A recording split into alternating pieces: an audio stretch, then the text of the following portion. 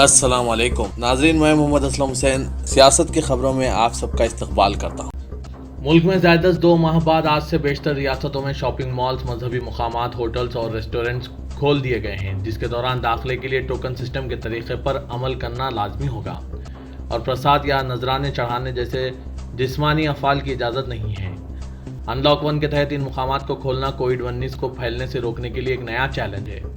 ایک ایسے وقت جب ہندوستان مزید تحدیدات نرم کرتے ہوئے لاک ڈاؤن کی برخاستگی کے ایک اور مرحلے میں داخل ہو رہا ہے، غیر کنٹینمنٹ زونز میں ممنوع سرگرمیوں کی اجازت دینے کے لیے 3 مراحل کا پہلا انلاک 1 مرحلہ ایک معیاری طریقہ کار کے ساتھ ایک ایسے وقت شروع ہو رہا ہے جب پورے ملک میں مسلسل 5 دنوں سے 9000 سے زیادہ کووڈ کیسز ریکارڈ کیے گئے ہیں اور اس میں تیزی سے اضافہ ہوتا جا رہا ہے۔ مرکزی وزیر داخلہ امت شاہ نے بہار اسمبلی انتخابات کے لیے میدان تیار کرتے ہوئے کہا ہے کہ NDA دور حکومت میں ریاست نے جنگل راج سے جنتا راج کی طرف سفر طے کیا۔ انہوں نے یقین ظاہر کیا کہ اتحاد کو چیف منسٹر نتیش کمار کی قیادت میں ریاست کے انتخابات میں 2/3 اکثریت حاصل ہوگی۔